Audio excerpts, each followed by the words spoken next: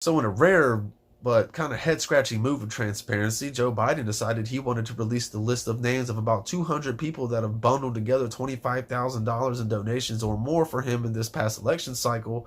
And while the names are pretty much what you would expect, a bunch of real estate brokers, white-collar criminal attorneys, and a bunch of former Obama ambassadors that he appointed just trying to pay the old man back a favor, there are a few names that, while not necessarily surprising, are definitely interesting, and I wanted to talk about those real quick.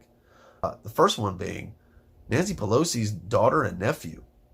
Alexis and Lawrence Pelosi decided they wanted to help Joe Biden get some money this year. And even though it's been previously reported that they've been throwing fundraisers for him, it kind of got swept under the rug. But if you think about it, Pelosi's been very adamant about the fact that she does not want Biden or Hunter Biden to be testifying in front of the Senate for the conviction trial. And it makes you wonder why. Does she have some kind of financial stake in the matter?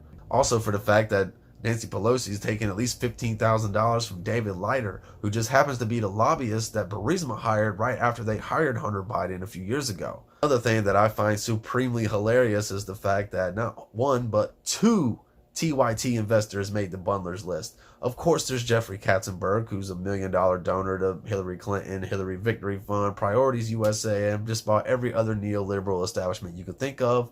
But Alan Patrikoff as well, who was the owner of Graycroft Partners, who went in with Jeffrey Katzenberg and Wonderco and Sean Colo at 3L Capital on the $20 million deal that everybody gave Katzenberg the credit for, but really it wasn't all his deal. Patrikoff had a lot to do with that as well. Patrikoff himself used to stay at the White House during the Bill Clinton's presidency and was national finance chair for at least one of Hillary Clinton's campaign runs, probably both.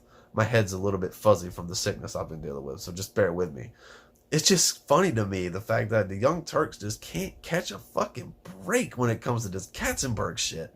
And while, yeah, I might be one of the forefront reporting on a lot of this stuff, it never ceases to amaze me how many different, rhetorical dilemmas can they put themselves in. Yes, the people that are up here funding your network are also bundling $25,000 plus for Joe fucking Biden.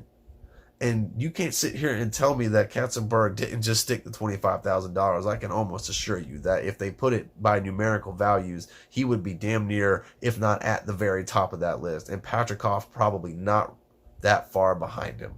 Speaking of Patrikoff, he also manages about $1.25 million of Senator Dianne Feinstein's wealth. And yep, you can bet your ass that Senator Dianne Feinstein also wound up on the list of bundlers for Joe Biden.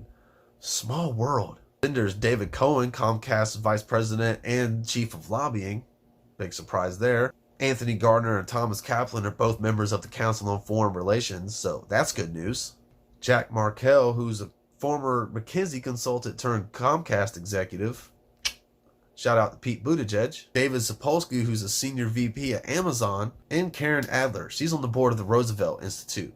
That means that's Democracy Alliance money. You go ahead and look into them. Oh yeah, that's right. I already did that. Look, we all knew that Joe Biden is about as dirty as they're going to get when it comes to the Democratic nominees, and he will take money from everybody and anybody that will give it to him, regardless of what he says. If you believe that he won't, then you are deluding yourself. But it's just kind of nice to know who's going to be elected to office if Joe Biden wins, because trust me, it's not just going to be Biden calling the shots. It's going to be the people that are paying his bills, and that's exactly what this list is for.